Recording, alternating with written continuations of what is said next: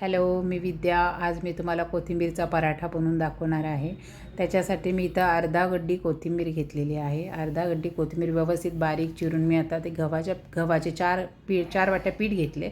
त्याच्यामध्ये ती कोथिंबीर ॲड केली. त्याच्यानंतर मी इथे 2 चमचे मिरची पावडर, 1 चमचा मीठ, चवीप्रमाणे तुम्हाला कसं कमी जास्त लागेल तसे अर्धा चमचा हळद आणि मी इथे ही 1 चमचा धना पावडर टाकलेली आहे टेस्टसाठी. आता हे सगळे मिश्रण आहे ना, मी व्यवस्थित कालून घ्यायचं. आधी सुक्या पिठामध्ये व्यवस्थित कालून घ्यायचं. मग जसं लागेल तसं थोडं थोडं पाणी घेऊन आपण ते असं थोडंसं चपातीला जसं आपण पीठ मळतो तसंच व्यवस्थित मळून घ्यायचं. मिश्रण असं थोडंसं घट्टसर असेल तरी चालते, पण जसं तुम्हाला लाटायला सोयीस्कर पडेल तसं मळा. असं मीडियम स्वरूपात असं मी मळून घेतलेलं आहे. हे बघा, असा गोळा व्यवस्थित तेल वगैरे लावून एक 10 ते 15 मिनटं आपण भिजत ठेवायचा. हे बघा, 10 ते 15 मिनटानंतर आता व्यवस्थित पीठ भिजलेलं आहे.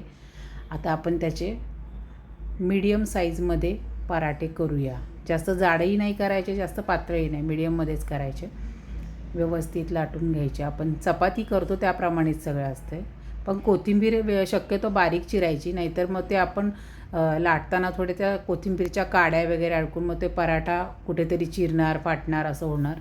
त्याच्यामुळे कोथिंबीर बारीक चिरून घ्यायची. हे बघा, आता मी व्यवस्थित तो पराठा म्हटला की तेल थोडेसे जास्त लागते, त्याच्यामुळे बाजूने तेल सोडले मी. आता बघा, हे व्यवस्थित छान शेकून घ्यायचे काठोकाठ. थोडा शेकायलाही वेळ लागतो.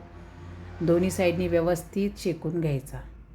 पराठ्यात कोथिंबीरची टेस्ट इतकी छान लागते ना. आता थंडीच्या दिवसात कोथिंबीर खूपच स्वस्त आहे, त्याच्यामुळे पराठा वडी चालणार. संध्याकाळच्या वेळेला जेवण बनवायचा कंटाळा आला की कोथिंबीरचे पराठे वगैरे मुलांना करून द्यायला खूप छान वाटतात. हे बघा, आता आपला पराठा तयार झालेला आहे. मस्त टोमॅटो सॉस किंवा लोणचं ह्याच्याबरोबर मुलांना सर्व करा.